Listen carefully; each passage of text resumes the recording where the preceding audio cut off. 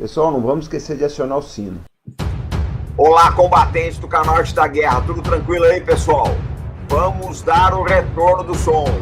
Canal Arte da Guerra, blog Império General, canal Pátria e Defesa e canal Bom Combate. Os veículos de defesa, segurança e soberania da família brasileira. Hoje com a presença especial do Coronel Paulo Filho, Coronel de Cavalaria Paulo Filho, mais uma vez abrilhantando aqui a casa dos três lauais, os três brasileiros que disputem a China, que desvendam a China aqui para vocês, tá? Que olham através da muralha da China para os brasileiros. Gente, vamos dar um retorno aí. Boa noite, família Arte da Guerra. Um prazer enorme estar aqui com vocês.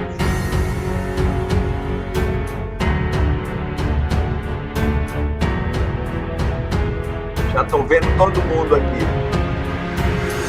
Fábio Lucas, seja bem-vindo ao Clube de Canais. Você vai ser feliz aqui. Me manda e-mail depois. E aí, pessoal, tudo tranquilo? Gente, uma boa noite aqui para vocês. Eu acho que não precisa apresentar, né, os dois participantes ilustres da live de hoje, que é o Cabaé, que está todo sábado aqui no nosso Café com Defesa e algumas lives especiais aqui. Ele é meio bissexto, as lives da semana, mas todo mundo conhece o Cabaé, o pessoal gosta dele, tem um verdadeiro fã-clube aqui. E o outro é o Coronel Paulo Filho, que o pessoal já conhece também. O Paulo Filho é coronel de cavalaria. Ele esteve na China, estudou lá, conhece bastante as Forças Armadas chinesas, conhece o país, ou seja, uma pessoa que sabe o que está falando. Então, meus amigos lauais, sejam bem-vindos aqui, bem-vindos à nossa casa de chá. Boa noite para vocês aí. Boa noite, Robson. Boa noite, comandante. Boa noite, coronel. Boa noite, combatentes. Boa noite, Robson. Boa noite, Albert. Boa noite a todo mundo que está nos assistindo. Como sempre, é um grande prazer estar por aqui, Robson. Vamos lá. Prazer é nosso, Coronel e Albert. A gente fica muito feliz com vocês aqui. Gente, deixa eu falar uma coisa para vocês. Paulo Filho, ele escreve para o Jornal Estado de São Paulo, ele tem o blog dele, tem um Twitter que é concorridíssimo, além de escrever para o velho do general, que eu acho que é a melhor parte do currículo aqui, melhor até que a participação dele na Casa dos Lauais. Então, o Paulo fez um trabalho brilhante essa semana de análise da nova estratégia de defesa do Reino Unido. Tá? E é uma estratégia que surpreendeu muita gente, tá? Pelo aumento de capacidade nuclear, etc. Então, Coronel, eu queria que o senhor falasse exatamente a respeito das tendências que o senhor observou ali. O Reino Unido é partner dos Estados Unidos numa eventual contenção de China. Como é que o senhor viu essa estratégia de defesa aí? Bom, Robson, Albert, nós temos que entender primeiro por que está acontecendo essa revisão, né? O que levou o Reino Unido a fazer uma revisão na sua política de defesa, na sua política de relações internacionais, segurança? É a constatação do óbvio, a constatação que o mundo mudou e que a política de defesa até então existente, política de relações internacionais, precisava de uma revisão, precisava de aperfeiçoamentos. E o que mudou na política internacional? Mudou a China, né? Como todos nós sabemos e como nós temos conversado já em várias oportunidades, a ascensão da China não é uma ascensão normal de um novo ator geopolítico. A ascensão da China é a ascensão do maior ator geopolítico da história, nas condições que estão acontecendo hoje. Não há nenhum paralelo na história de uma ascensão com essa velocidade, com essa força e com essa modificação no equilíbrio global que está acontecendo com a ascensão chinesa. Então, todos os países do mundo têm que se adaptar a essa nova realidade. E é isso que o Reino Unido está fazendo. Então, aquele mundo que nós conhecemos já, aquela ordem global vinda desde o fim da Segunda Guerra, uma ordem global dominada aí pelos Estados Unidos, não só politicamente, militarmente, culturalmente, né? Em todos os aspectos, ela está mudando, e está mudando de uma maneira muito acelerada, especialmente após 2013, após a chegada de Xi Jinping ao poder. E o seu sonho chinês, né? Nós podemos falar sobre o sonho chinês de Xi Jinping mais para frente. Que é um pesadelo de muita gente, pelo que a gente está vendo aí, né, Coronel? E aí o Reino Unido identifica essa tendência, né? Então o documento é o documento do dia 16 de março. Ele começa com uma visão do primeiro-ministro Boris Johnson sobre como ele espera que o mundo esteja em 2030 e, mais do que isso, como ele quer ver que o Reino Unido esteja em 2030. Então, ele traça uma série de diretrizes e, para atender aquelas diretrizes, uma série de políticas vão ser implementadas, né? E é isso que sobre isso que o documento discorre. Então, o documento identifica 4 grandes tendências principais, né? Primeiro, essa que nós já falamos, né? A mudança geopolítica e geoeconômica, em que o mundo está caminhando para o Oriente, né? O pivô, né, do mundo, a parte mais importante do mundo, está se tornando a região do Indo-Pacífico. Então, essa é a primeira tendência. A segunda tendência é uma competição sistêmica que ele identifica. Uma competição entre estados, uma competição entre doutrinas, entre ideologias, entre ideias, né? Entre sistemas de governo, valores. Então, uma competição sistêmica que vai ser crescente daqui para frente. Quando você fala em competição entre estados, logicamente isso vai refletir na defesa. A terceira é a rápida mudança tecnológica, né? E o primeiro-ministro Boris Johnson foca muito nisso, na ciência e na tecnologia, na importância da ciência e tecnologia. E ele coloca como visão de futuro para o Reino Unido até botei uma pergunta lá no Twitter, né? Se o pessoal acha que vai conseguir atingir isso. Ele quer que o Reino Unido seja uma grande potência em ciência e tecnologia no ano de 2030. Porque essa é uma tendência que ele observa, né? A ciência e tecnologia, a evolução científico-tecnológica, as mudanças estonteantes, muito rápidas que vêm acontecendo, a internet de quinta geração, internet das coisas, inteligência artificial, tudo isso vai modificar a vida como nós estamos vivendo hoje, né? Então, essa é a terceira tendência. E a quarta tendência são ameaças globais que ele identifica. Ameaças que não afetam um país de uma maneira isolada, mas afetam todo o globo. E aí ele identifica mudanças climáticas, ele fala sobre pandemias, né? Nós estamos vivendo a pandemia da Covid, fala sobre riscos de biossegurança, né? Pandêmicos, fala em terrorismo, fala em crime organizado transnacional de alto nível, né? Crime muito organizado, vamos chamar assim. Então, ameaças que devem ser enfrentadas na visão do Boris Johnson pelo mundo todo, né? Então, são essas 4 tendências. Aí, para fazer face a esse mundo que ele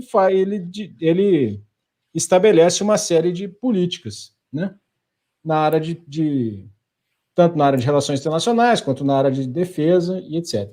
E agora, nos setores, esse documento está sendo estudado e estão saindo as novas políticas, né? Então, saiu no dia 16 essa revisão, no dia 22 já saiu a política de defesa, que eu ainda não tive tempo de me debruçar com a devida calma, né? Mas vou fazer isso. Aí a gente vai trazer para uma outra live também, viu, Coronel? Já tá, vamos te cobrar aqui, porque o pessoal quer saber isso aí. Essa mudança britânica aí, ela chamou bastante a atenção no cenário, né? Mas é uma coisa só fazendo uma parte aqui que o pessoal tem que observar, gente. É um mundo onde tudo está muito entrelaçado, tudo está muito conectado. Os movimentos que a China faz do outro lado do país, do outro lado do planeta, perdão, acabam impactando a gente que está aqui no Ocidente. Os britânicos estão bastante atentos a isso, né? Uma questão interessante que eles colocam, Coronel, eles colocam grandes empresas como atores geopolíticos agora também. Exatamente, eles identificam esse fato, né? Naquela competição, naquela segunda tendência que eu falei, da competição sistêmica, entram também as grandes corporações, especialmente as grandes corporações de tecnologia, como atores geopolíticos globais. Uma empresa do tamanho do Facebook, do tamanho do Twitter, ou, sei lá, uma Google, essas empresas elas têm muito poder, têm muito mais poder que muitos estados, né? Então, ela entra nessa competição global como um ator, e um ator relevante, e um ator perante o qual os estados não estão acostumados a trabalhar, é uma nova realidade. Então, não adianta a gente querer ver o mundo com os olhos de 10 anos atrás, de 20 anos atrás, ou mesmo de 5 anos atrás. Porque o mundo está evoluindo com uma velocidade muito grande. E quem não se adaptar a isso vai ficar para trás. É isso que os ingleses estão dizendo. Então, o que os ingleses estão falando? Olha, eu entendi que o foco mudou e estou reorientando. Então, eles têm uma presença militar, por exemplo, que vai ser muito mais marcante na região do Indo-Pacífico. O Queen Elizabeth, o porta-aviões deles, já está saindo em direção ao Indo-Pacífico daqui a pouco, esse ano ainda, acho que no mês que vem, liderando uma força-tarefa... como é que é? A Task Force em português? Task Force. É um grupo-tarefa. Um grupo de batalha de porta-aviões lá. Grupo-tarefa, grupo-batalha. A Maria chama de grupo-tarefa. Strike Group, né? Isso. Uma task force liderada pelo Queen Elizabeth, que vai para o Indo-Pacífico. Então, eles vão aumentar a presença, isso eu li hoje no documento de defesa, eles querem aumentar em 1/3 o número de adidos militares, espalhar mais a sua presença militar, querem aumentar a presença que eles já têm em Singapura, no Quênia, em outros lugares. Eles reforçam, né, que eles vão ter uma presença global, é o Reino Unido para o globo, né? Então, assim, é o Reino Unido levantando o braço, falando aqui, estou aqui e quero participar do jogo. Em linhas gerais, é isso, né? É um documento bem interessante, um documento extenso, né? E quem tiver oportunidade, se quiser ler lá no meu blog, que acho que já está no Velho General também, pode ler lá. Mas é mais ou menos isso. E tudo isso por causa da China, né? E as tensões... Então, assim, o que o Reino Unido está dizendo? Eu tenho que me relacionar... O Reino Unido não coloca a China como inimigo. No documento, quem é o inimigo do Reino Unido? Rússia. Rússia está citada nominalmente como inimiga. Rússia, Irã, Coreia do Norte. A China não é citada como inimiga. A China é citada como um adversário que eles têm que conviver, né? Porque o entrelaçamento econômico da China com todos os países do mundo hoje é muito relevante, né? Então, assim, só que eles têm uma situação, como nos Estados Unidos também, ambígua. Eles dependem, comerciam, aí tem a questão que eles têm uma questão muito difícil para os ingleses interagirem com a China, é a questão de Hong Kong, né? Por causa dos laços que os ingleses têm com Hong Kong, e agora a China está apertando o relacionamento com Hong Kong, né? Passou ano passado a nova legislação de segurança nacional, agora esse ano eles proibiram, até esse ano, 50% dos membros do parlamento eram eleitos por votação direta em Hong Kong. Agora passou a ser só 22%. E esses 22%, 100% desses 22% tem que ser patriotas. Patriotas. Sabe lá o que eles entendem por patriotas, né, Paulo? Patriota, né? O governo chinês entender que você não é patriota, você deixou de ser. Não é mais candidato. Então, o Reino Unido tem essa questão com Hong Kong, né? Os hongkongueses pedem, que são contra o regime chinês, pedem apoio britânico, e aí o chinês fala que Hong Kong é um problema interno da China, que o britânico não tem que interferir. Tem a questão dos uigures, que é uma questão muito sensível também, 1 milhão de uigures em campos de reeducação, né, pelo nome que o chinês chama, campos de reeducação. A União Europeia agora acabou de impor sanções a alguns cidadãos chineses por causa disso. Hoje, na Turquia, houve uma conferência de cúpula entre o ministro das Relações Exteriores da Turquia e o da China, e tinham 1.000 pessoas protestando na frente do local da reunião em favor dos uigures, né? A gente não pode esquecer que os uigures são um povo de origem turcomana, né? Tem raízes linguísticas e culturais comuns aos turcos. De modo que esse aí é o mundo que nós estamos vivendo, não é um mundo para amadores, né? É um mundo para profissionais, gente que sabe o que está fazendo. Eu acho que a gente nunca viveu um mundo tão complexo, né, que demandasse tanto das lideranças. Eu estava vendo hoje aí O pessoal falando aí do meia-culpa que a Angela Merkel fez na Alemanha com relação ao trato da Covid, né? Ela mesma reconhece que não foi a melhor gestão que ela poderia oferecer para a nação, né, Paulo? A gente está vivendo um mundo de transformações muito rápidas aí e que algumas lideranças estão sendo atropeladas. Você quer fazer uma colocação, Cabaré? Não, uma observação que eu iria fazer seria com relação ao orçamento de defesa da 2 pontos, né? A Inglaterra, o Reino Unido, eles vão ter o orçamento de defesa em 2,2% do PIB, que é o maior contribuidor fora os Estados Unidos, né? Da OTAN, em termos de percentual de PIB. E o plano deles, que também está ligado a essa estratégia toda, que é de aumentar o número de ogivas nucleares, né? Em 2010 eles tinham chegado à conclusão que iriam reduzir, acho que tinham 200 ou pouco mais de 200, eles iam reduzir para 180, se eu não me engano, e agora eles vão aumentar para 260, né? Então tudo isso está ligado a esse planejamento estratégico, né? Exatamente, eles estão aumentando os gastos de defesa para 2,2% do PIB, né? Os Estados Unidos estava cobrando isso muito dos seus parceiros da Aliança Atlântica para que todos os europeus chegassem em 2%. Grande maioria estava abaixo de 2%. E o Reino Unido se compromete agora a investir 2,2% do PIB em defesa. Investimento basicamente em ciência e tecnologia. Então, eles estão procurando aperfeiçoamento de novas armas, né? Há reduções, né? Há reduções, especialmente no Exército, reduções de unidades e de efetivos, mas há uma modernização do equipamento. E, ao mesmo tempo que faz isso, garante a sua dissuasão nuclear, né? Então, eles chegam à conclusão que eles têm que ter uma capacidade independente, uma capacidade nuclear independente, ou seja, uma capacidade fora da OTAN. Estão inseridos na OTAN, não abandonam a OTAN, consideram a OTAN muito importante, mas eles fazem questão de afirmar a sua dissuasão nuclear própria, né? Então, aumentam o número de ogivas. Essa é uma outra decisão, que é uma decisão que impacta muito na comunidade internacional, porque é uma decisão mais ou menos inesperada. Você falar em aumentar o número de ogivas, que o Reino Unido vai aumentar o número de ogivas nucleares a essa altura do campeonato, né? É uma informação, é um anúncio impactante, sem dúvida nenhuma. Sem dúvida nenhuma. Então, pode falar. Não, é assim que nós estamos. Esse é o mundo, é esse o jogo. Um outro efeito prático que corrobora essa questão do investimento em tecnologia é que os ingleses estão trabalhando num projeto de caça de 6ª geração.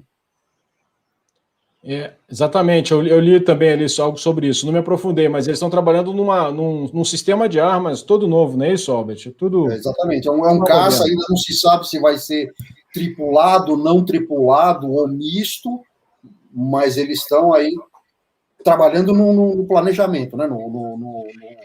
Nos planos do pré-projeto de um caça de 6ª geração, como eles chamam. O Beraldo está perguntando aqui que vão reduzir o número de blindados. Eu tinha colocado no jornal ontem, parece que sim. Parece que o que eles ficariam de efetivo aí daria mais ou menos uma brigada blindada, acho que são 148 Challenger 3. Hoje é o 2, mas eles fariam umas modificações aí para o Challenger 3. Você quer colocar alguma coisa disso, Paulo, Albert? Eu estava lendo a introdução do documento de defesa hoje, e o ministro da Defesa está falando o seguinte, né, que os militares, e ele é um ex-militar, são muito apegados às suas tradições, né? Então, ele usa uma expressão, escudos sentimentais, para proteger aquilo que eles estão acostumados a fazer, né?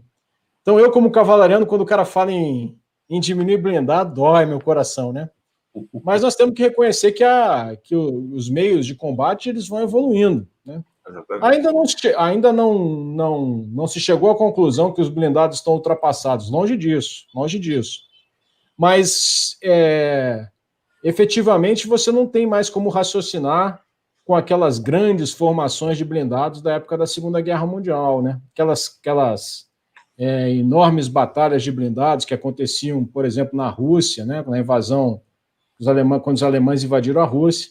Esse tipo de coisa realmente é difícil da gente conceber numa guerra moderna. Mas você não pode abrir mão dos blindados.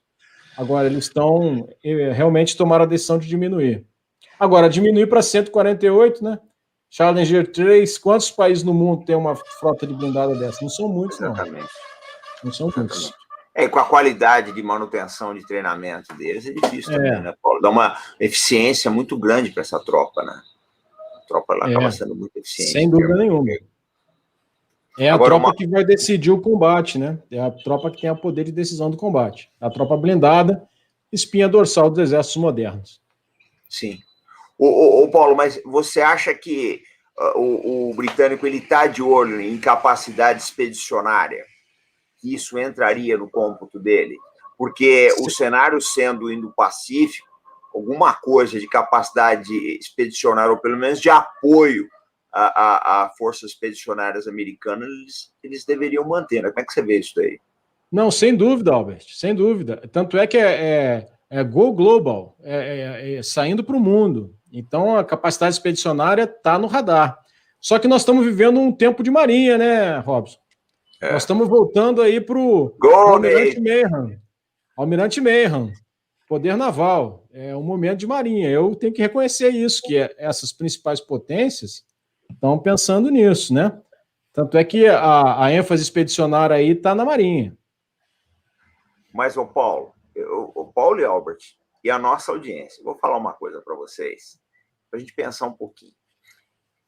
Várias lives que eu fiz aqui sobre China, só falando da capacidade da Marinha Chinesa, falou, gente, o problema é que a Marinha Chinesa ela tem uma tarefa gigantesca, talvez seja a maior tarefa que é empurrada para a Marinha no planeta inteiro, que é manter as linhas de comunicações da China abertas, as linhas navais. Agora vocês viram, acho que está todo mundo acompanhando aqui, esse incidente que aconteceu no canal do Suez, né? Um porta-container atravessou o canal, tem uma fila enorme. Isso vai impactar o mundo inteiro, gente. Isso vai impactar o mundo inteiro, tá? Eu estava falando aí da saída do Queen Elizabeth para o Extremo Oriente, fala para não ter pressa não, porque ainda vai demorar um tempo aí para liberar lá o canal. Então, gente, aí vocês comecem a observar essa situação do canal do Suez, comecem a observar todo mundo, a nossa audiência, olhem prestem muita atenção nisso para vocês entenderem o problema que é, né, a interrupção das linhas comerciais, gente. O que aconteceu em Suez com um simples acidente poderia acontecer numa guerra com bombardeio do canal, tá? Minagem daquela região, pode acontecer, você pode minar um canal, tá? Minagem daquela região, ou a campanha antissubmarina pesada, ou no Mediterrâneo, ou no Atlântico, como já aconteceu também.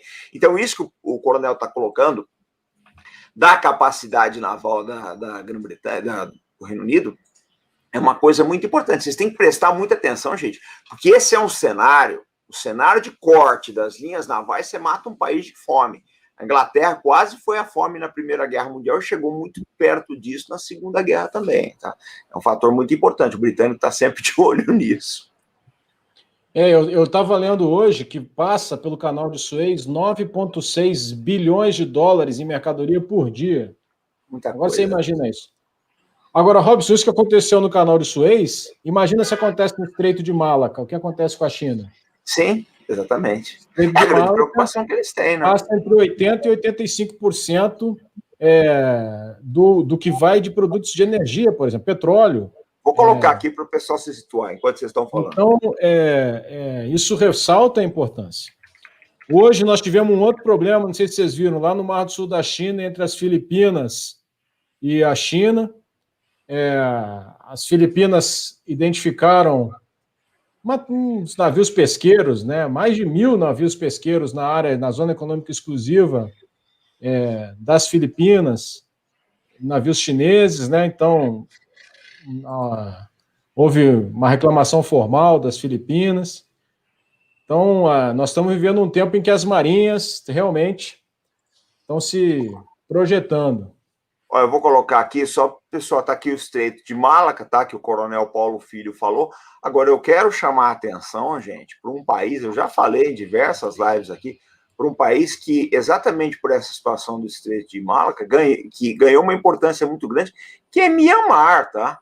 Porque a Mianmar, uma Mianmar favorável ao governo chinês, com projetos estratégicos de transporte, portos, etc., ele acaba eliminando em muito a dependência do chinês do Estreito de Malaca. Tá? Então, vocês veem como tudo isso está entrelaçado nesse cenário. É complicado. É isso que o Coronel Paulo Filho falou, é importante. E deve ser uma das grandes preocupações da Marinha Chinesa, né? O fechamento desse estreito aí por parte da Marinha Americana ou outra marinha local. Né? Mianmar, se você botar o mapa de novo lá... Vou colocar. Mianmar tem um projeto da iniciativa One Belt, One Road, a iniciativa Cinturão em Rota, né? Que é uma estrada de ferro que sai da China e chega no Oceano Índico, no Golfo de Bengala ali. Então, evita todo esse contorno do Sudeste Asiático, né? Da Península da Indochina. Então, Mianmar tem uma posição geoestratégica muito importante para a China. Por isso que a China está pisando em ovos em relação a essa situação política complicada que Mianmar vive hoje. Porque qualquer governo que esteja lá, para a China, ela tem que se dar bem com aquele governo, porque Mianmar é muito importante para a China. Exatamente. Mianmar economiza para a China nada esse contorno aí da península da Indochina, e nada dá uns 2.000, mais de 2.000 quilômetros de água e um estreito, né? E um gargalo. E dá uma opção, né, Albert? Mais do que isso, porque você não vai conseguir botar tudo nessa estrada de ferro, mas mais do que isso, você tem uma opção, né? Não, e essa situação, na verdade, é um déjà vu, né? Um repeteco. Porque na Segunda Guerra Mundial, gente, aconteceu o seguinte: os japoneses cortaram a estrada que ligava aí, tá, ao interior da China, que passava pela Birmânia. Então, o que aconteceu? Os aliados foram obrigados a desenvolver a ponte aérea de Himalaia, exatamente para reabastecer as tropas do Chiang Kai-shek, que lutavam contra os japoneses. Então, Mianmar sempre foi estratégico. Um dos maiores movimentos aerologísticos da Segunda Guerra Mundial, que foi a ponte aérea do Himalaia, foi feito exatamente porque Mianmar, que na época chamava Birmânia, caiu, né? Tanto que a Birmânia cai, mas os britânicos, eles não desistem dela, ficam fustigando os japoneses com tropas Shinjits a partir da Índia. Então, sempre foi um país estratégico. A gente faz, às vezes, vídeo aqui no canal, falando de Mianmar, e o pessoal, mas o que Mianmar tem a ver com a gente? A gente tem tudo a ver com a situação geopolítica que a gente está enfrentando hoje, tá? É o que o coronel colocou, o Albert coloca sempre lá no Velho General, nas análises que eles fazem. Tá tudo entrelaçado, pessoal. Tá tudo entrelaçado. O Brasil é muitíssimo importante para a China em termos comerciais, em termos das exportações que nós fazemos para a China. Nós garantimos parte da segurança alimentar do chinês. Então, na verdade, a gente não está falando apenas de forças armadas do Reino Unido, não estamos falando apenas de um obscuro país da Ásia chamado Mianmar. A gente está falando do futuro dos brasileiros também. É importante vocês se atentarem para isso, tá? E uma outra coisa interessante, Robson, se você puder botar o mapa de novo ali. Vamos lá, que esse mapa está concorrido. Quer que diminui, quer que dá zoom? O senhor manda aqui, coronel. Eu vá lá para o norte, lá para o Mar Glacial Ártico. Espera aí que nós vamos para o Ártico agora, que aqui o senhor manda. Cavalaria aqui. Vamos lá. Tá então, bom esse aqui? Aí. Esse mesmo. Com o derretimento da calota... É bom que aí não está aparecendo gelo, né? Então fica mais fácil ainda. Com o derretimento da calota polar ártica, do Oceano Ártico, a Rota Norte, que é essa rota saindo da Europa e contornando a Rússia pelo norte e chegando na China, que é uma rota muito mais curta do que entrando no Mediterrâneo, passando pelo Suez, né? Até dar a volta na Península da Indochina, até chegar na China, ela ganha uma importância geoestratégica também muito grande. Então, antigamente, você conseguia transitar pouquíssimos dias no ano nessa rota, por um movimento muito difícil, com quebra-gelos movidos ainda a diesel, né? Com motores diesel. Hoje em dia já existem quebra-gelos a propulsão nuclear, então essa rota pelo Oceano Polar glacial ártico, essa rota norte, pelo norte da Rússia, está ganhando uma grande importância e está sendo um foco também de tensão entre russos e chineses, estão muito bem hoje, né? Mas eles têm alguns focos de tensão. E um foco de tensão é a presença cada vez mais assídua dos chineses nessa rota norte. Então é bom que a gente falou de Suez interrompido e já deu uma palhinha aí sobre essas rotas aí, Robson. Exatamente. O pessoal tem que ver que não vai parar, eles vão dar, o mundo não para, gente. O pessoal quer manter o comércio, quer manter o progresso. Aí fala, Cabaé. Não, eu ia falar, a gente está falando da Marinha da China, se for pensar, a missão da Marinha da China para manter abertas as rotas marítimas para todo o transporte marítimo chinês, tanto do que eles exportam quanto do que eles importam, é um negócio gigantesco. Exatamente. Porque você tem que manter aberto o ano inteiro, né? Se você só bloquear o canal de Suez e bloquear o Cabo da Boa Esperança, você já bloqueia uma parte enorme do comércio chinês. É isso mesmo. Tem que chegar perto da China.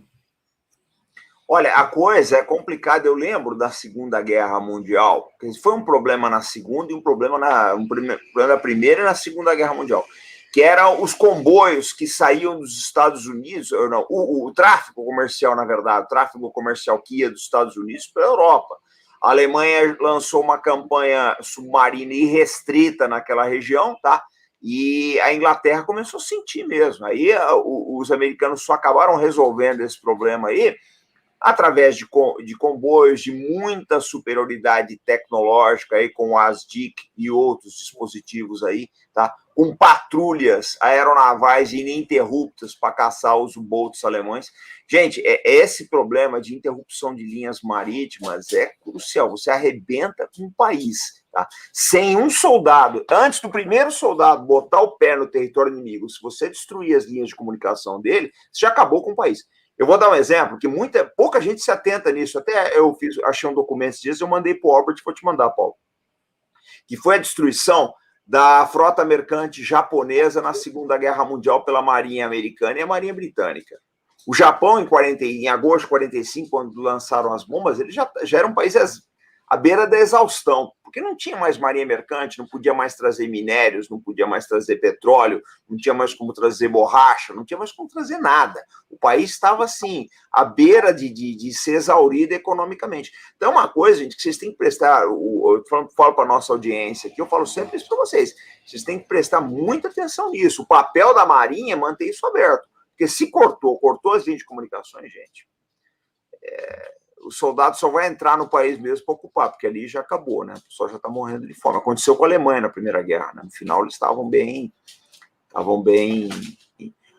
Coronel, eu queria fazer uma pergunta para o senhor. Por exemplo, um pouco tempo atrás, a China, eles expulsaram a BBC, né? BBC Londrina.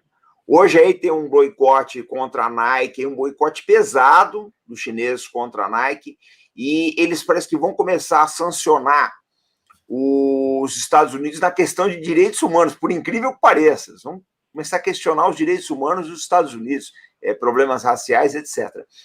O senhor vê como efetiva essa postura mais agressiva de Pequim? O senhor acha que isso pode produzir resultados aí no médio e longo prazo?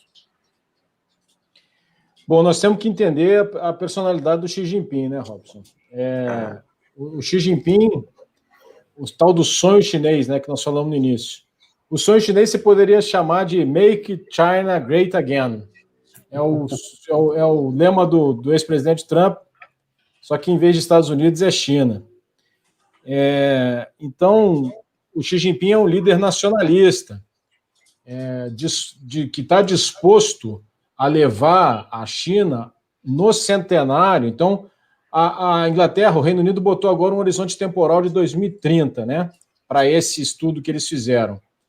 Em 2049, a China, a República Popular da China completará 100 anos, que começou a República Popular da China em 1949.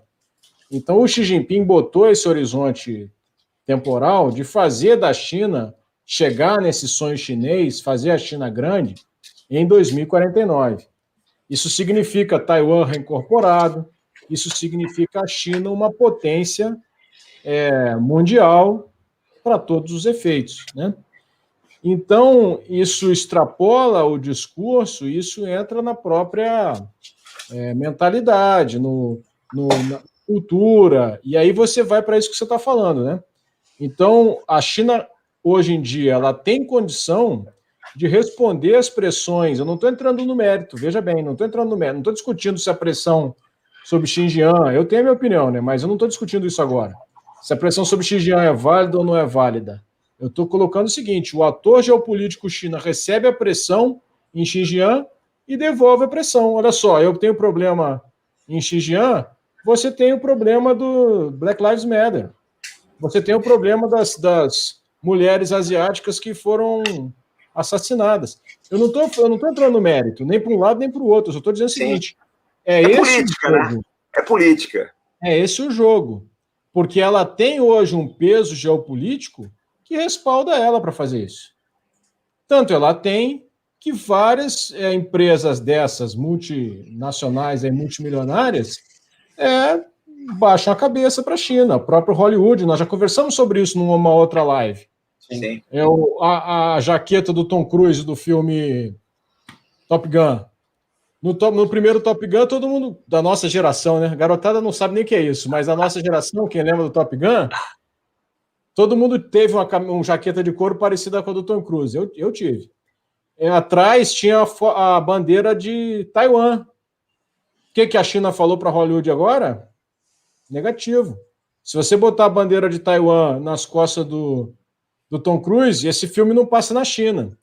Aí a produtora falou assim: vou perder 1 bilhão e 300 milhões de... Por causa de uma bandeira. Por causa da bandeira de Taiwan. Bota até a do Palmeiras, que não tem mundial. Entendeu? Então, assim, esse é o jogo que é jogado, é o jogo geopolítico. Entendeu? Então, quando foi a última vez que vocês ouviram falar do Dalai Lama? Dalai Lama era um cara querido de Hollywood. Toda hora ele aparecia do lado de um ator de Hollywood, né? Toda hora ele aparecia... Acho que aquele Richard Gere estava sempre com o Dalai Lama. Sim. Bem lembrado, Paulo, bem lembrado. Sumiu o Dalai Lama, ninguém ouve falar do Dalai Lama mais. Por quê? Porque a China falou: quem ficar do lado, quem aparecer numa foto do lado do Dalai Lama, não passa filme na China. Então a China hoje. Brad Pitt não aparece mais em filmes também. A China hoje é o maior consumidor de cinema, a China hoje é o maior consumidor de aparelhos celulares. A China hoje é o país que mais compra tênis Nike, provavelmente. A China hoje tem o maior número de internautas no mundo. Então, essas grandes corporações multinacionais fazem muita pressão, pô. Como é que você vai falar para a Apple sair da China? Você não vai falar para a Apple sair da China. Então, assim, eles têm um poder de... Imagina a Apple falar: olha só, Estados Unidos, vocês vão ficar falando muito de Xinjiang, eu vou boicotar os produtos sei lá, qualquer lugar aí, qualquer empresa. A pressão é muito grande.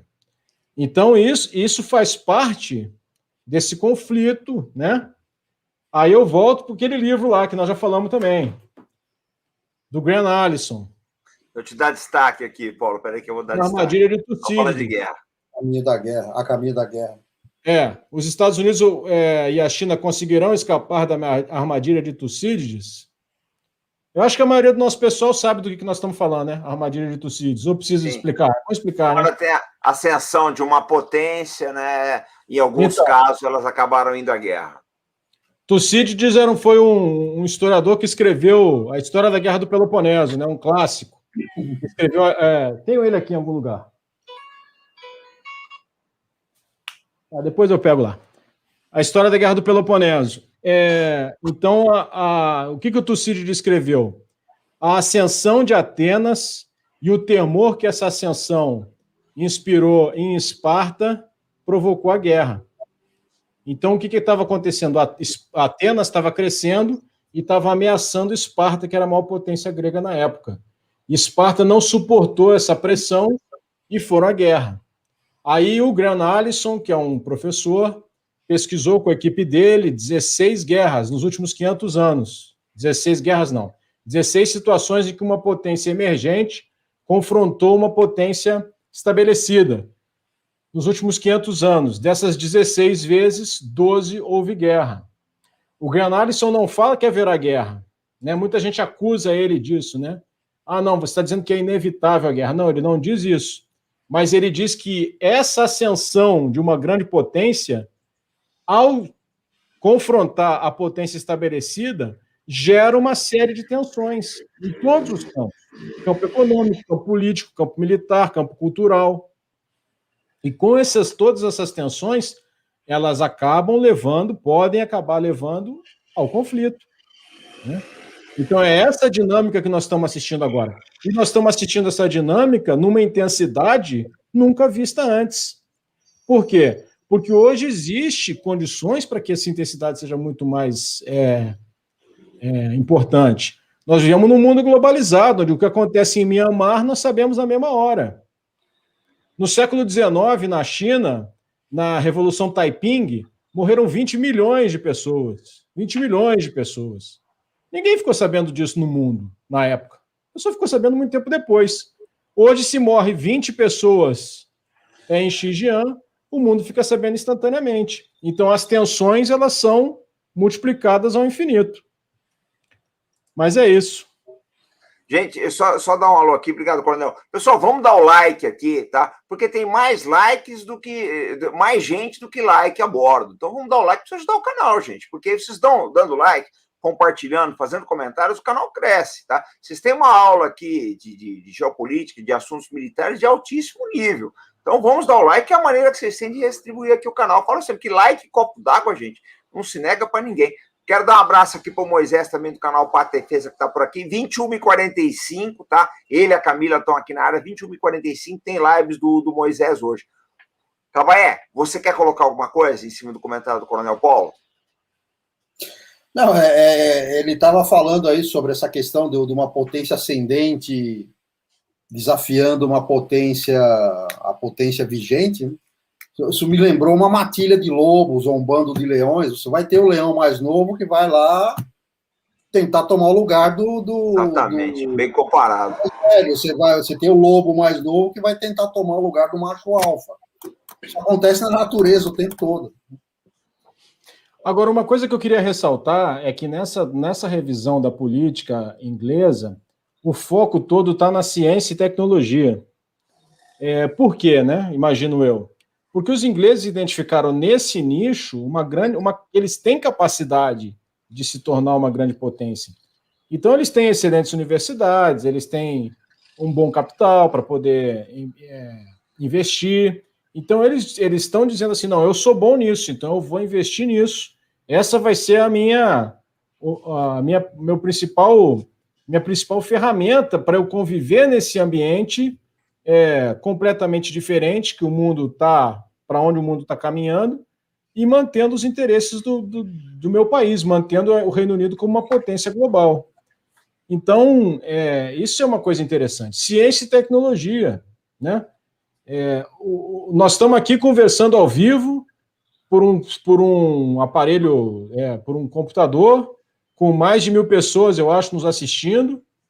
Isso era impensável há quantos anos atrás? 5 anos atrás? Isso era impensável.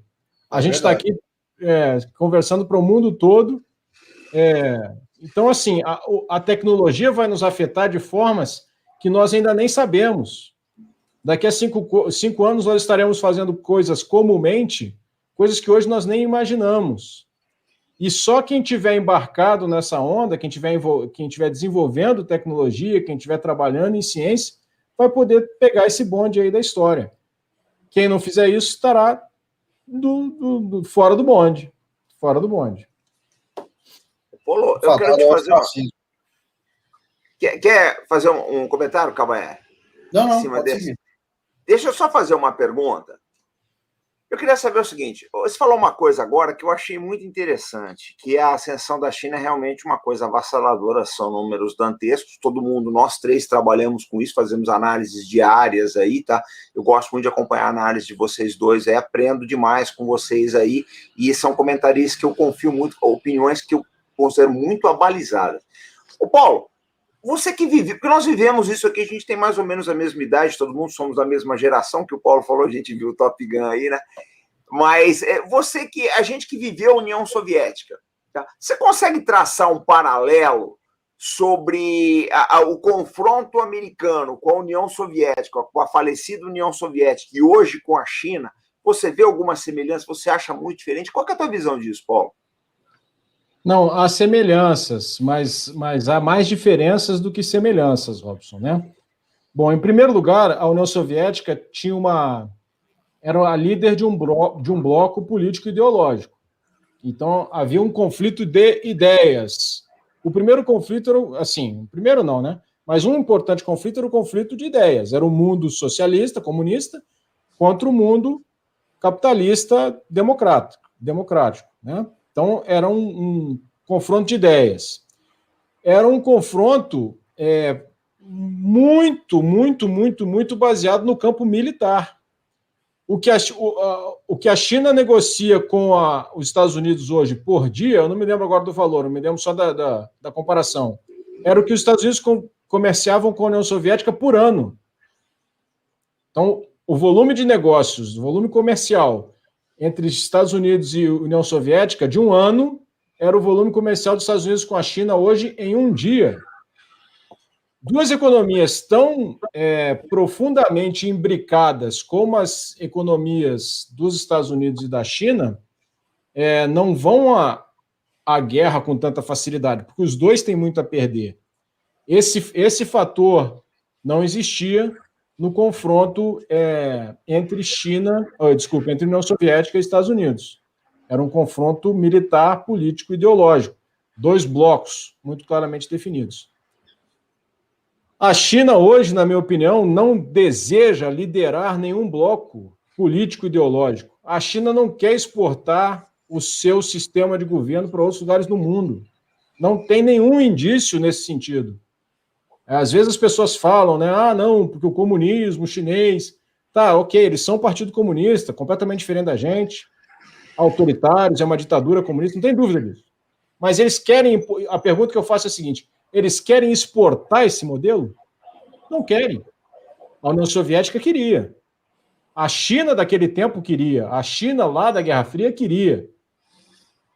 A Albânia queria. Mas hoje, o que a China quer? A China quer exportar, fazer negócio, ganhar dinheiro e também exportar o seu modo de vida, que eu digo, a sua cultura, a sua maneira de ser, mas ela não quer exportar o modelo do regime partido único, etc. Então eu não vejo, essa é a principal diferença, eu não vejo esse embate ideológico, eu vejo um embate comercial, uma luta, uma disputa de influência, uma disputa de poder. Então os Estados Unidos hoje dominam o Oceano Pacífico. Os Estados Unidos hoje garantem o trânsito por todo o Mar do Sul da China, pelo Mar do Leste da China, pelo Estreito de Taiwan, pelo Mar do Japão. Então, há uma disputa aí geopolítica. Eu quero dominar esse mar. Há uma disputa de parceiros econômicos. Há uma disputa em vários campos. Mas ela é diferente, na minha opinião, da disputa que havia com a União Soviética. Agora, isso não quer dizer que essa disputa não vai ser de alta intensidade, não quer dizer que ela não vai, inclusive, chegar à guerra, que ninguém deseja, mas que pode acontecer. Mas eu não comparo a Guerra Fria. Eu acho que é um erro chamar de Guerra Fria. Não é uma nova Guerra Fria. Tem aspectos comuns, mas não é igual, é bem diferente. Eu não sei se eu fui claro ou se eu enrolei. Eu acho que mandou bem, sim, esclareceu. Eu perguntaria, porque na época da Guerra Fria você tinha Estados Unidos de um lado, União Soviética do outro. Hoje você tem Estados Unidos de um lado, China do outro, mas aí no meio você tem vou chamar de pêndulo aqui, que é a própria Rússia, que não é desprezível. Não é um ator irrelevante de forma alguma. Como é que o senhor vê o que aconteceu com a Rússia, né? A Rússia se sente... desculpa que só vem agora em inglês a palavra. Ela se sente cercada pela OTAN, né? A Rússia sempre teve uma esfera de influência. A Ucrânia era a Rússia, sempre foi a Rússia.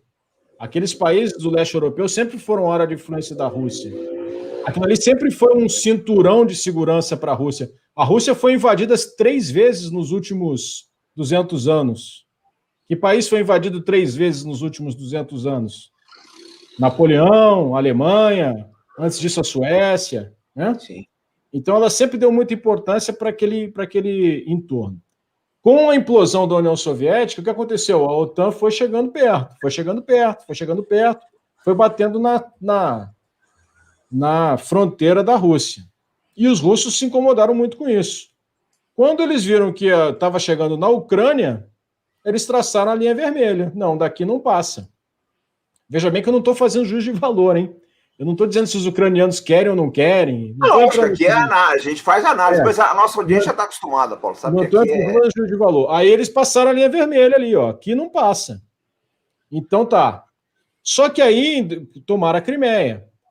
Só que aí o que aconteceu? Embargos comerciais fortíssimos. Fortíssimos. Que afastaram a Rússia. A Rússia precisa sobreviver, precisa comerciar com alguém. Foi comerciar com quem? Com quem todo mundo está comerciando, com a China. Por incrível que pareça, a China e a Rússia não tinham nenhuma ponte na sua fronteira. A primeira ponte entre China e Rússia foi construída agora pelo Xi Jinping, na iniciativa One Belt, One Road. Nós não podemos esquecer que em 68, 69, China e Rússia China e União Soviética eram os maiores inimigos, pô. Foram à guerra pelo Rio Sul, quase foi uma guerra. Foram à guerra, né? A guerra não foi declarada, ficou restrita, mas foram à guerra. Um regimento inteiro chinês foi destruído. Regimento inteiro. Então, assim, agora o One Belt, One Road, a China investindo e a Rússia precisando de investimento. E os dois se contrapõem ao Ocidente, né? A Rússia... Agora, a história do gasoduto Nord Stream 2, né? O gasoduto que sai lá da Rússia e chega até a Alemanha pelo Mar do Norte. A Alemanha concorda com o gasoduto. A Merkel falou, ok, eu quero o gasoduto. O gasoduto está sendo construído, 1.200 quilômetros de gasoduto. Falta 100 quilômetros para concluir o gasoduto. E todas as empresas que participam da construção do gasoduto sofrem embargos do Ocidente. Ora, o que a Rússia vai fazer? Vai ficar sofrendo embargo e não vai fazer nada? Ela vai correr para quem não embarga ela, que é a China, que não embarga ninguém. Então, é isso que acontece. Novamente, não estou fazendo juízo de valor. Eu só estou dizendo como eu enxergo as coisas, né? Se deve embargar ou não deve embargar, não estou dizendo... No papel analisar, né? Eu estou só dizendo o seguinte, por causa do embargo, acontece isso. Se não tivesse embargo, talvez não acontecesse. China e Rússia já começam a conversar sobre questões de moeda, né? Vai dar um nó na coisa. A China acabou de criar uma moeda eletrônica, né? Um Bitcoin lá chinês. No que vai dar isso? Será que eles vão conseguir um dia parar de comerciar em dólar? Qual vai ser a repercussão disso para a ordem global? A China está fazendo exercícios militares com a Rússia, coisa que não acontecia. Por outro lado, agora também aconteceu um exercício militar do Quad, né? Do Índia, Japão, Austrália, Estados Unidos. Também nunca tinha acontecido com todos esses atores da maneira como aconteceu. Então, assim, quando a gente, no Exército, né, tem aquela situação, primeira situação particular, situação geral, né, Robson? Situação geral, primeira situação particular, segunda situação particular, caminhando para a guerra, né? Nós já passamos a situação geral, já estamos na primeira situação particular já, Robson. É complicado. Ô, Paulo, mas é que tá, né? Eu acho que você colocou uma coisa assim interessante. Você e o Kabaev, vocês trazem umas provocações aqui no canal. Eu acho fora. Quando reúne, você sabe que muita gente escreve para cá e pede. Fala, mas quando é que vai ter a casa dos 3 Lauais de novo, que a gente quer? Mas que é complicado, gente. Tem que casar 3 agendas. Eu estou sempre aqui, mas eles têm a agenda deles, o trabalho deles aí, tocam os seus veículos, né, os seus trabalhos aí. Mas, ô Paulo, é irônico. Você quer fazer um comentário antes, Kabaev, de eu fazer essa pergunta? Não, pode perguntar. É irônico o seguinte. Estados Unidos, nas figuras do Kissinger e o Nixon, levaram um tempão para costurar, eu não diria nem costurar uma aliança com a China, mas para descosturar, né, o bloco comunista. Quando o Nixon se reaproxima da China, em 1971, 72, que eu acho que foi um dos maiores movimentos diplomáticos, talvez, da segunda metade do século XX. Agora, você acha que a política americana e de uma parte da Europa, né, ela pode acabar desconstruindo essa obra do Nixon e do Kissinger, reaproximando a China e Rússia? É difícil dizer, né, Robson? Mas assim, a gente não vê, eu pelo menos não vejo figuras hoje, né, como o Kissinger, né? Hoje o mundo está carente de figuras assim. Com essa habilidade. O Lavrov é muito bom, o Lavrov manda bem, né? Pois é, a gente vê, inclusive as lideranças, né? Na hora que você é um cara que fala muito sobre isso, né? Mas as lideranças carismáticas, né? Não tem como negar a liderança do Xi Jinping, sem fazer juízo de valor nenhum sobre ele. Não tem como negar a liderança do Putin, sem fazer juízo de valor nenhum. Até São porque players. Eles estão há muitos anos aí nesse negócio, né? E vão ficar muitos anos ainda. Então, isso prova a habilidade política deles, né? A prova que eles conseguem se manter no poder. Quando você vai para o Ocidente, quais as figuras que você encontra para se contrapor? Não são muitas, eu não enxergo muitas. Então, é complicado. Complicado. Pode ser que apareça. É que nós temos gente no lado oriental que se baseia num pragmatismo, né? Numa postura realista, e nós temos lá de cá, muitas vezes, uma postura ideológica liberal. Mesmo, Paulo. Oi? A postura hoje de alguns países, ela acaba sendo ideológica, por incrível que pareça. O pessoal chega às vezes para você, olha, para você fazer isso, para você ter esse comércio comigo, receber essa benesse, você vai ter que adotar essas e essas medidas. Acaba sendo uma ideologia, né? Não, olha só, o Robson, sem entrar, ok, nós temos que nos basear por valores, né? Todos nós nos baseamos por valores. Então, quando um país decide, por exemplo, não, eu vou fazer um embargo contra a China por causa da situação dos direitos humanos dos uigures. Ok, é compreensível, ok, mas só que nós temos que ver o seguinte, o resultado está sendo o que se espera? Exatamente. A política em relação aos uigures mudou por causa dos embargos? Exatamente. Então é uma política que não tem resultado. Então, o resultado, às vezes, é o contrário do que se espera. Fizeram embargos em relação à Rússia por causa do que aconteceu na Crimeia. Ok, tudo bem. O que aconteceu na Crimeia não é, do ponto de vista de valores humanísticos, não foi legal. Ok, beleza. Agora, mudou? O que mudou? A Crimeia deixou de ser russa? A Rússia deixou de agir como diz o Ocidente que ela agiu? Então tem que ver o seguinte, será que essas ferramentas estão servindo aos fins a que se destinam? Essa é a pergunta. Essa é a pergunta. Ou a ferramenta de isolar a Rússia por causa da Crimeia não aproximou a Rússia da China? Ou a ferramenta de isolar o Irã não aproximou o Irã da China? O Irã parou de buscar o desenvolvimento da arma atômica? Alguém acredita nisso? Foi efetivo? É isso que nós temos que perguntar. Eu não tenho essa resposta, não estou dando a resposta aqui. Não estou sendo irônico. Mas é uma provocação importante, né? Nós temos que ver o seguinte, os fins, né? Onde é que chegou? Qual foi o resultado prático disso? Você tem Cuba, o embargo, talvez o embargo mais longo da história é Cuba. O que mudou em Cuba? Mudaram 10 presidentes americanos e a família Castro e seus proxies continuam lá, Cabanhé. Estava fazendo as contas outro dia aqui numa live, acho que foram 10 presidentes americanos, desde que quem determinou o embargo foi Aliás, a história do embargo é uma história interessante, né? Porque o Kennedy chamou um assessor dele e falou, olha, vou te dar uma dica, tá? Um spoiler. Compra um bom estoque de charutos cubanos, porque vai faltar no mercado, porque eu vou determinar o embargo. Tem umas histórias, gente, da Guerra Fria. Eu falo assim, leiam biografias, eu falo assim para vocês. Paulo está sempre lendo, o Albert está sempre lendo. Tem umas histórias que são deliciosas, que mostram para vocês como é que o poder funciona. Uma coisa fora de série. Ô, Paulo e Albert, a gente pode prorrogar essa live só mais uns 5 minutos aqui, que eu queria fazer uma pergunta para o Paulo. Vocês aceitam?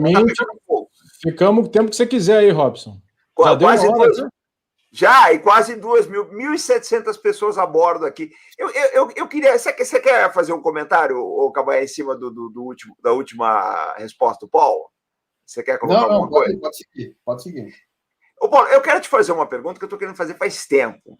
Esse tempo tá, essa pergunta tá no meu bloco aqui, anotei, falei, um dia que eu trouxe o Paulo aqui na casa dos 3 Lares, eu quero perguntar para ele.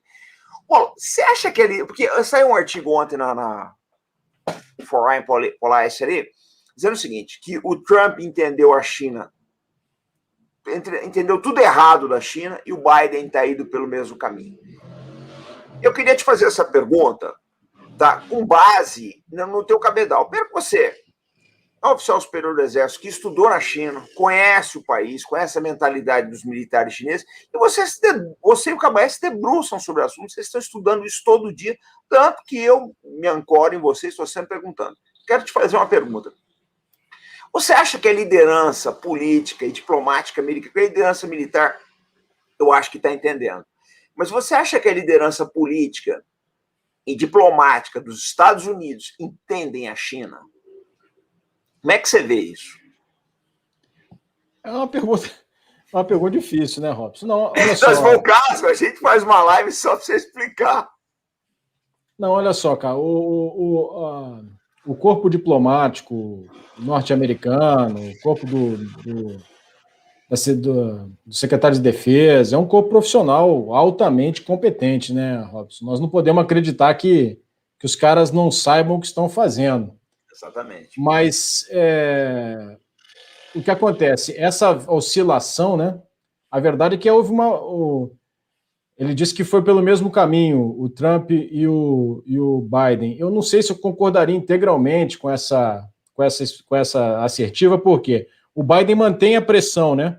Só que a pressão do Trump era uma pressão econômica, e a pressão do Biden é uma pressão de natureza política ideológica, né, baseada nos direitos humanos, questão de Xinjiang, questão de Taiwan. Então, a pressão continua, mas ela mudou um pouquinho de viés, né? O Graham Allison, no livro dele, que eu mostrei aqui, ele fala que para evitar a guerra, os dois países vão ter que ceder. Tanto os Estados Unidos vai ter que chegar à conclusão que em alguns pontos ele vai ter que ceder e dividir o poder, e a China vai ter que entender que ela não vai poder tomar todas as posições dos Estados Unidos. O Sun Tzu, na Arte da Guerra, tem uma frase que ele fala o seguinte: quando você cerca o inimigo completamente, sem nenhuma escapatória, ele só tem uma escapatória, partir para cima de você. Exatamente. Então, quando você cerca o inimigo, você tem que deixar uma válvula de escape para ele. Então, ambos têm que ceder, porque se a pressão dos Estados Unidos for não, Xinjiang, você desrespeita direitos humanos, Hong Kong, você também desrespeita direitos humanos, Mar do Sul da China, você está fazendo tudo errado, Taiwan nunca vai ser seu, China. O chinês vai falar assim, mas não ganhei nenhuma, eu perdi todas. Aí ele vai partir para cima. E do outro lado, a mesma coisa. Se os Estados Unidos for perdendo influência sobre todo mundo, perdendo oportunidades comerciais, perdendo influência militar, e a China for ocupando todos os lugares, vai chegar um momento que os Estados Unidos vai partir para cima também. Então, os dois lados têm que ceder. Isso até no casamento é assim, né, cara? A gente tem que ceder, mulher cede, você cede. Eu cedo mais que a minha mulher, infelizmente. Não, a gente cede e elas mandam tudo. Vai no supermercado e traz leite. A gente vai e faz. Eu não sei. Mas é isso. Eu tenho uma preocupação, sabe, Paulo? No seguinte aspecto, né? Eu estava lendo esse artigo ontem, depois eu até te mando, me cobre isso daí. Que algumas iniciativas americanas, principalmente no campo econômico, acabaram não dando certo, porque existe um entrelaçamento muito grande das duas economias.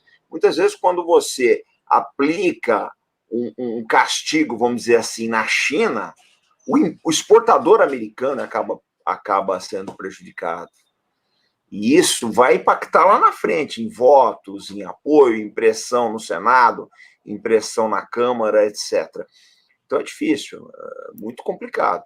Essa é uma das razões pelas quais os americanos estão cada vez mais aplicando sanções em pessoas. Exatamente. Do que propriamente no país, né? Eu tenho minhas dúvidas da efetividade disso, né? Exatamente. Eu acho que isso é uma maneira de dizer que está sancionando e o país sancionado não sentir a sanção. Né? É verdade. É mais ou menos um jogo de espelhos aí, né? Eu finjo que eu estou sancionando e o outro finge que está sendo sancionado e toco, vamos em frente. É mais uma resposta. Você finge que apanha e pronto, tá? É mais uma resposta à opinião pública, né, gente? A opinião pública pressiona alguns blocos de pressão também, alguns atores políticos que têm uma capacidade muito grande de pressionar, eles acabam fazendo isso aí e você tem que dar uma resposta, né? Porque são grupos que você não pode desprezar em termos políticos. Eu assisti um documentário esses dias, não sei se vocês viram. Aliás, já vou dar a dica. Vai sair do ar, acho que dia 29 agora na Netflix, tá? É China Hustle, a pressa, achei traduzido como a pressa da China, qualquer coisa assim. E de um golpe que aconteceu nos Estados Unidos aí, de falsas empresas chinesas de fusão reversa, e deu um prejuízo bilionário em Wall Street. Mas a conclusão que eu cheguei desse documentário, eu tirei várias conclusões, mas uma das conclusões, vocês assistam, vai sair do ar dia 29, tá, gente? Deixa eu mandar um abraço aqui pro Rogério Anitablian, que ele tá na área. Rogério, abração para você. Divulguei teu vídeo hoje, depois eu passo lá para fazer o comentário. Gente, vamos deixar o like aqui que vocês ajudam o canal, tá? Vamos deixar o like que vocês ajudam o canal. Nós estamos com 1h06, eu vou até 1h10, então, mais 4 minutos, pode ser, gente? Tem gente falando aqui que se depender deles, o Cabaré e o Coronel ficam até amanhã. Mas aí o pessoal apanha da patroa, gente. Mas o que acontece?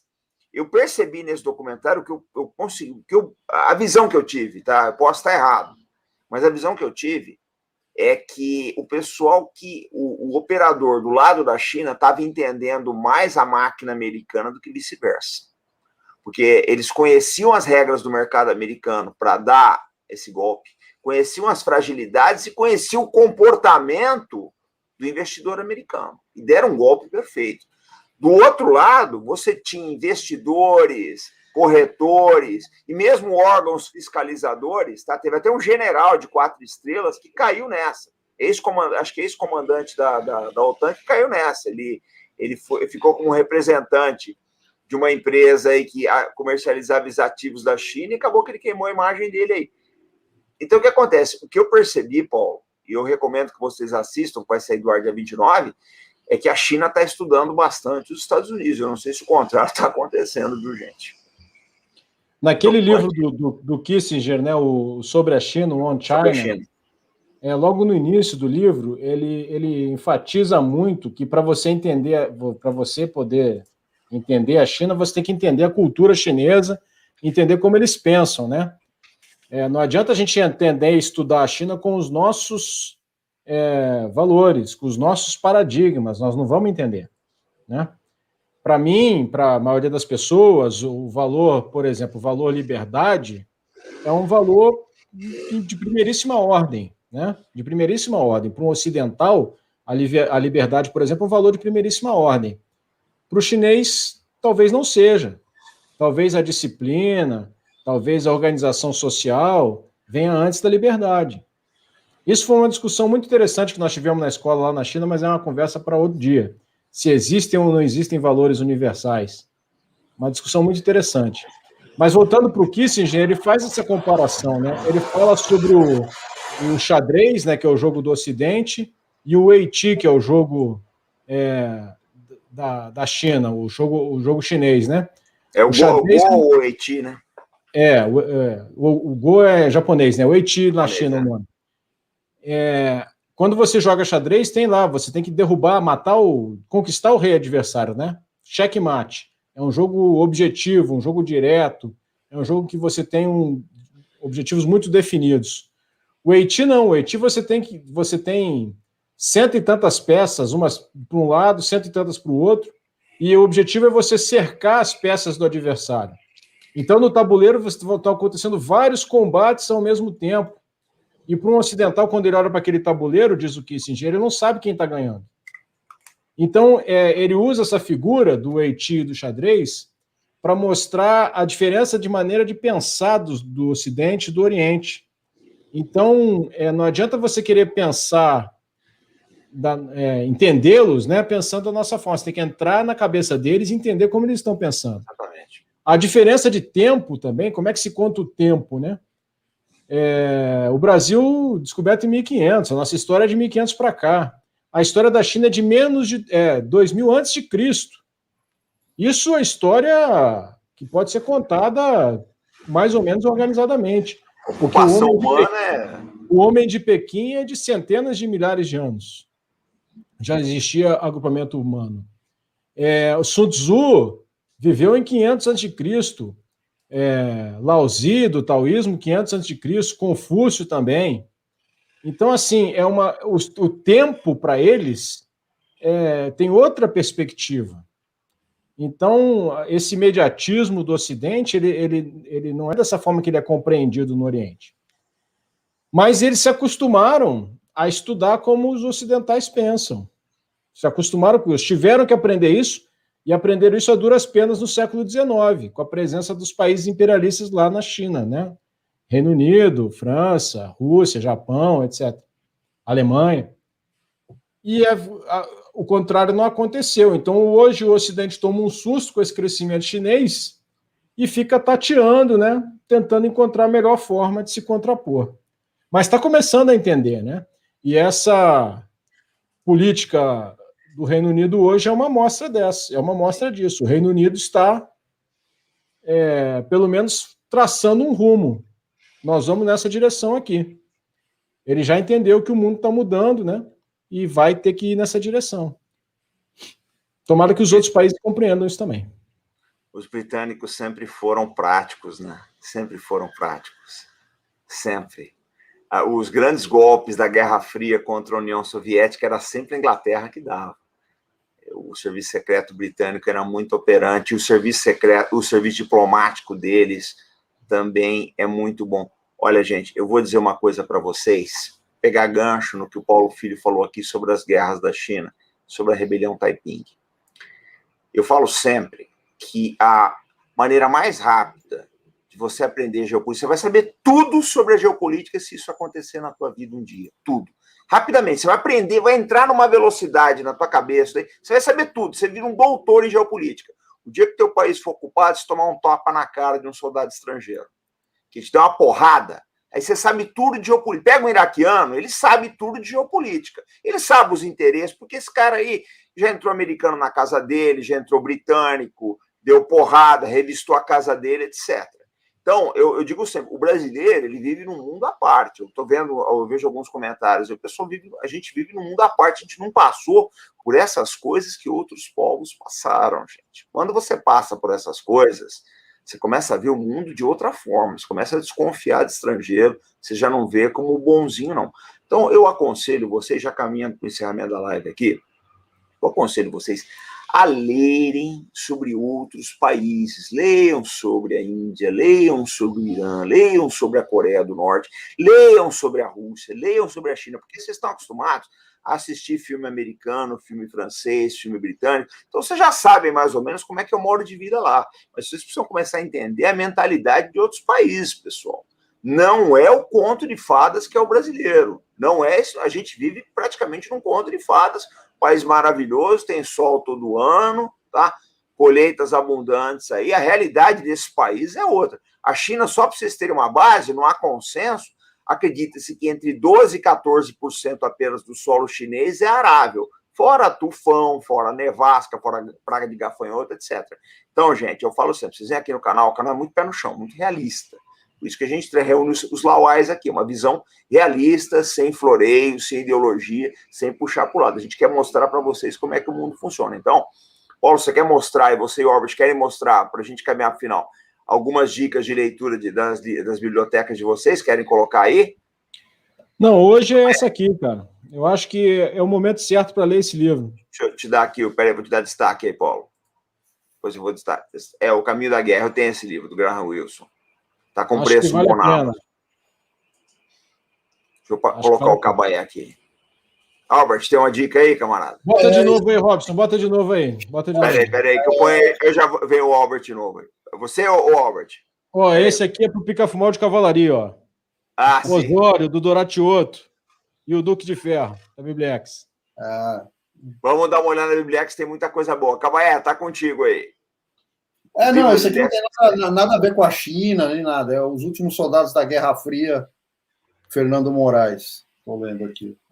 Então, eu vou aproveitar que você está lendo Os Últimos Soldados da Guerra Fria, eu vou fazer uma provocação para você, Cabaé. Você fez um artigo, Cabaé, para quem não sabe, ele fez um artigo excelente sobre o ISI, que é o Serviço Secreto Paquistanês, que era pouco conhecido no Brasil, a gente começou a revelar aqui agora. Cabaé, vou te fazer um desafio. Escrever sobre o Serviço Secreto Cubano, que é um dos melhores do continente e deram trabalho para muita gente aí. Tá? Continuam dando trabalho, exatamente. Pô, gente, caminhando para o final, então, tá? Quero agradecer aqui vocês. A Casa dos Seis Lauais, quando acontece, é um dos programas que eu mais gosto de fazer, porque eu me divirto. Estou em companhia de amigos, pessoas que eu gosto e que eu aprendo muito.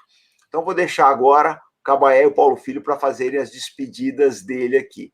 Passar para o Paulo primeiro aqui. Tá contigo, Coronel. Não, Robson, Albert, é sempre um prazer estar com vocês, né? Prazer estar com o pessoal do canal. Tamo aí, vamos continuar estudando, lendo. Vamos ler, pessoal. Ler é importante. Forte abraço para todo mundo, até uma próxima oportunidade aí. Obrigado, Robson. Eu já tenho os cavalarianos dizendo aí, o senhor é um dos grandes da arma ligeira. Arma ligeira, para quem não sabe, é a cavalaria, gente. Cabaé, tá contigo, camarada. Só quero mais uma vez agradecer a oportunidade de participar de mais uma live aqui, agradecer ao Coronel Paulo Filho pela participação dele, sempre muito interessante, sempre muito bacana essa interação, e convidar aí o pessoal a ler o Velho General. No sábado vai sair um artigo chamado Espiões Espaciais, um diamante no espaço, é um artigo do Júnior Miranda. Ele fala sobre o projeto Antas, que era um projeto soviético de satélites militarizados. Teve até instalação de canhão de 26 milímetros num satélite. Nós vamos trazer ele para falar disso. A gente vai trazer ele também para falar. Vamos ver o artigo, depois eu quero ver se eu faço um vídeo com ele. Então, gente... Grande cavalariano era o Osório, viu, o Robson? E para o pessoal do Exército que está me assistindo aqui, grandes cavalarianos são os cadetes lá da cavalaria esse ano que ganharam a Olimpíada depois de 59 anos. Depois de 59 anos de vitória da infantaria, a cavalaria ganhou as Olimpíadas. Meus cumprimentos ao cadetal de cavalaria lá. Deram baile na infantaria. Bater mais forte o coração de gerações de cavalarianos. É muito bacana isso daí. Eu quero mandar um abraço para todo mundo da Cadê da AMAN aí, tá? Todos os instrutores aí, cadetes, tá? O comando da AMAN também. Mandar um abraço para vocês aí. Quando tiver oportunidade, eu queria ver se a gente assiste uma manobra de vocês aí. Então, gente... 27 de novembro, Robson, vocês estão convidados para ir na AMAN, viu? Vai ter uma formatura de uma pessoa lá. Teu filho está se formando lá? Mas de cavalaria também, Paulinho? É lógico. Bom, não. Ele estava entre os caras que ganharam a Olimpíada, viu, Robson? Você está legislando em causa própria, né? Na minha época, a ala da cavalaria era junto com a da engenharia. Não sei se é assim hoje ainda, se já separaram aí a ala da cavalaria era junto com a da engenharia. Não sei, agora fizeram uma porrada de reforma da mancha que eu não reconheço mais nada se eu estiver lá, quieto. É capaz de eu não reconhecer mais nada. Bom, gente, quero agradecer então, tá? Mandar um grande abraço para vocês. Daqui, vamos para a live do Moisés no Pátria e Defesa, tá? Ele começa às 21h45 a live dele. Daqui a pouco tem o podcast da nossa live de ontem. Mandem as sugestões aqui, tá? Para os Três Lauais. Vamos olhar o Velho General e o paulofilho.net, que é o blog do Coronel Paulo Filho, tá? Esses dois veículos aqui, eu estou sempre mencionando ou matéria do Velho General ou matéria do Paulo Filho no nosso Jornal da Defesa. Então, um grande abraço para vocês. Muito obrigado pela audiência, pessoal. E a gente está voltando amanhã, sempre com responsabilidade e compromisso. Pé no Brasil, pessoal. Um abraço, pessoal. Um abraço, Albert. Um abraço, Robson. Coronel, mais uma vez, obrigado, tá, camarada? Um grande abraço para você. Pessoal, olha uma boa noite. Olha o 11 saindo aí. É o 11. E o senhor ficou devendo as histórias da cavalaria que eu conto hoje aqui. virou assunto. Gente, vamos lá falar do Moisés agora. Um dia eu conto a história do M41-4384, o melhor da Força Terrestre. Tranquilo, a gente vai estar aqui para ouvir, Coronel. Muito bom, essa casa de Seis Lalais é show.